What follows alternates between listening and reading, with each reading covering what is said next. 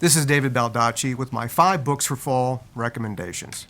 John Irving has enthralled us with epic stories for a long time now, from Setting Free the Bears to The World According to Garp, Cider House Rules, A Prayer for Owen Meany, and many more. Irving now brings us Avenue of Mysteries. Juan Diego and Lupe are brother and sister. Lupe has the gift of being a mind reader, and she may also be able to see the future.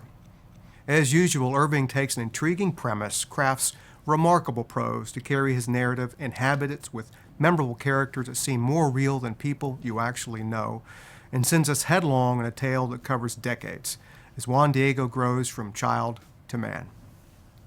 As a former lawyer, books on famous attorneys have always captured my interest. The Brethren was a classic, vastly entertaining study of the interior workings of the Supreme Court.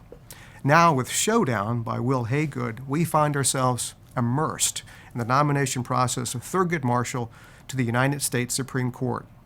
There was much that enthralled me about this book, including Marshall's early years and his mentorship under civil rights attorney Charlie Houston.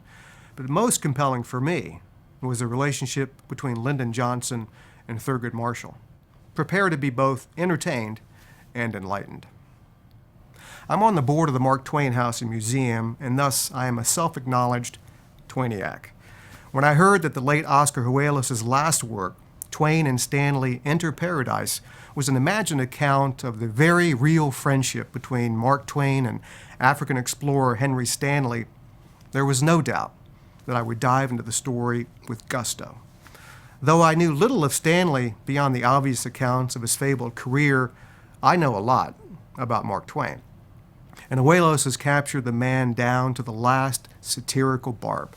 It's a magical story with one of the most unique narrative structures I've ever experienced. I was thrilled to see that Geraldine Brooks had a new novel coming out about King David.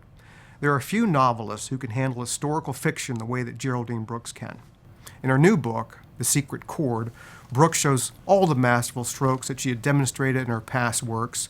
We find ourselves reading about a biblical figure of immense importance and with all his very human flaws. Now, being a mystery writer myself, I would be remiss in not including one in my recommendations.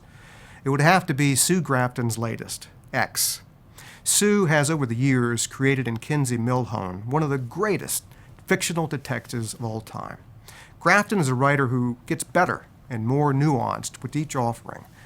And I love the fact that the books are all set in the 1980s. I get a real kick each time Kinsey frantically searches for a payphone to make a call. With X, Sue has written another wonderfully compelling story that brings out all of the things we love about Kinsey, but also delivers one of her most chillingly sinister villains. I hope you enjoy all of these books as much as I did. Happy reading.